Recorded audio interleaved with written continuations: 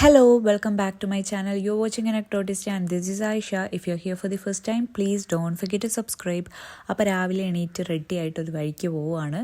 ഇപ്പോൾ ഞാൻ ലിഫ്റ്റിലാണ്. പിന്നെ ക്യാമറ കണ്ടാൽ ഒരു സെൽഫി ഫോട്ടോ ഓർ വീഡിയോ അത് മസ്റ്റാണ്. എന്തായാലും താഴെ ഗ്രൗണ്ട് ഫ്ലോറിലെത്തി ആൻഡ് നമ്മൾ തിരുവാങ്കുളത്തേക്ക് പോവുകയാണ്.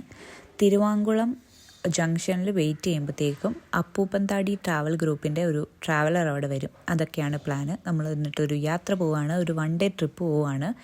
അപ്പം അവരുടെ ഫസ്റ്റ് സ്റ്റോപ്പ് എന്ന് പറയുന്നത് എറണാകുളം സൗത്ത് റെയിൽവേ സ്റ്റേഷൻ. അവിടെ നിന്ന് നേരെ വൈറ്റിലയിൽ നിന്ന് തിരുവാങ്കുളത്തിൽ നിന്ന് Piravom and then straight to the destination Areekkal.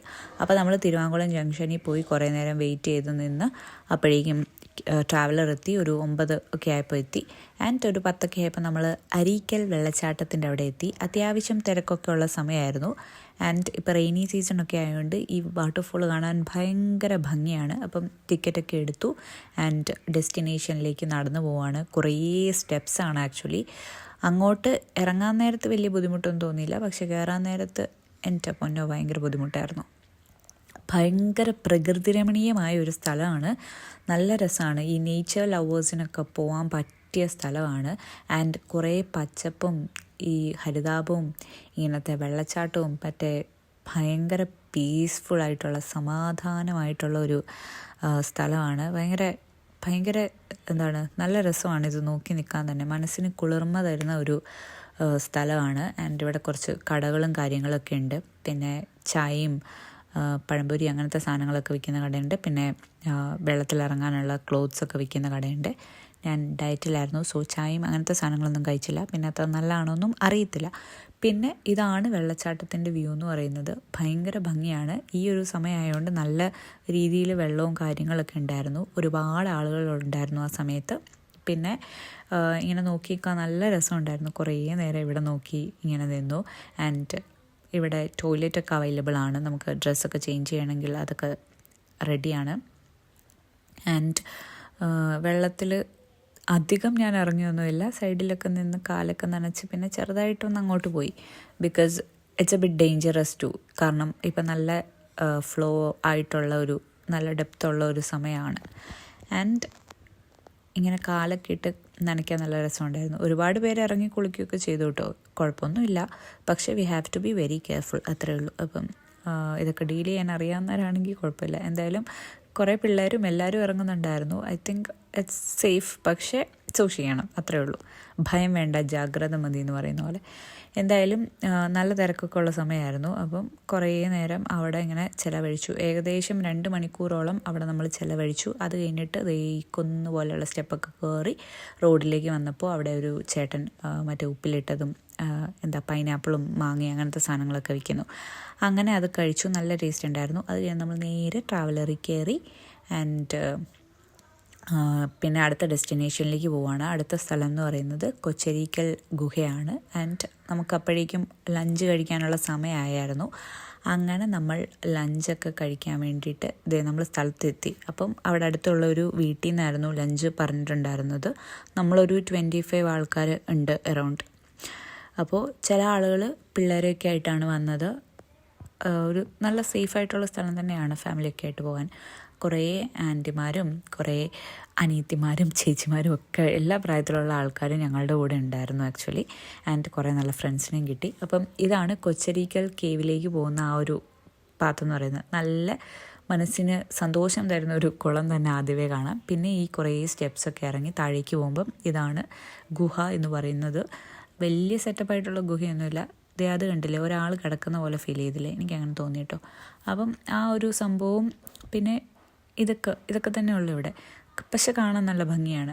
വലിയ സെറ്റപ്പൊന്നുമില്ല, ബട്ട് സ്റ്റിൽ നമുക്ക് ഒരു ദിവസത്തേക്കൊക്കെ പോയി ഒന്ന് എൻജോയ് ചെയ്ത് ഒന്ന് കുളിക്കുകയൊക്കെ ചെയ്യണമെങ്കിൽ അതിനൊക്കെ പറ്റിയ സ്ഥലമാണ്. എനിക്ക് നീന്തൽ അറിയില്ല, അതുകൊണ്ട് ഞാൻ ആ കുളിക്കുന്ന വെള്ളത്തിലൊന്നും ഇറങ്ങിയില്ല. അത് അത്യാവശ്യം ആഴമൊക്കെ ഉള്ള ഒരു സംഭവമാണ്.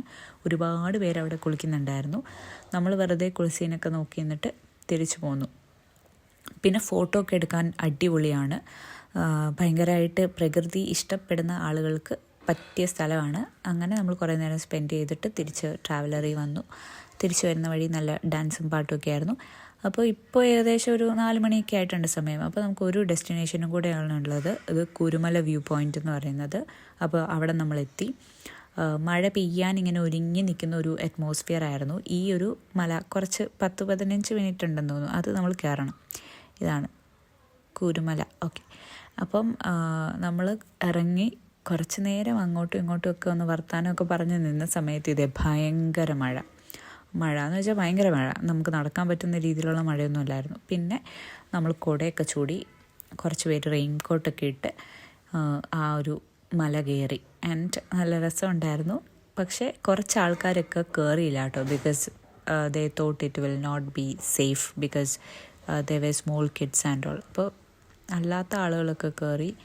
ആൻഡ് ഇതുണ്ടോ, റോഡൊക്കെ തെന്നി കിടക്കുമായിരുന്നു, അത്യാവശ്യം സ്ലിപ്പറി ആയിരുന്നു. But still it was not that risky കേട്ടോ. പോകാമെന്നേ ഉള്ളൂ വലിയവർക്കൊക്കെ. പിന്നെ കുട്ടികളൊക്കെ ആയിട്ട് പോകുമ്പോൾ കുറച്ച് ശ്രദ്ധിക്കണം, ബിക്കോസ് കുഞ്ഞു കുട്ടികളൊക്കെ വീണാൽ they will be affected very badly. അപ്പം അതൊന്ന് ശ്രദ്ധിക്കണം എന്നേ ഉള്ളൂ. അല്ലെങ്കിൽ ന്യൂ ഇഷ്യൂസ് അറ്റ് ഓൾ, നമുക്കൊക്കെ നടക്കാമെന്നേ ഉള്ളൂ. പിന്നെ അവിടെ ഇവിടെ ആയിട്ട് വീടുകളൊക്കെ ഉണ്ട്. അപ്പോൾ സ്വാഭാവികമായിട്ടും അവരൊക്കെ രാവിലെയും വൈകിട്ടും എപ്പോഴും അങ്ങോട്ടും ഇങ്ങോട്ടും നടക്കുന്നതായിരിക്കണം. അപ്പം നമ്മൾ നടന്ന് മുകളിലെത്തി. ആൻഡ് അവിടെ ഒരു ടിക്കറ്റ് കൗണ്ടറൊക്കെ ഉണ്ടായിരുന്നു. ആൻഡ് ടിക്കറ്റ് എടുത്ത് സൈഡിൽ കൂടെ നടക്കാൻ ഇങ്ങനെ കെട്ടി വെച്ചിട്ടുണ്ട് ആക്ച്വലി, ടൈലൊക്കെ ഇട്ട്. അപ്പോൾ അതുകൊണ്ട് സെറ്റാണ് നടക്കാൻ. ഇതാണ് വ്യൂ. ആൻഡ് ഇനിയും കുറേ കയറാനുണ്ട്.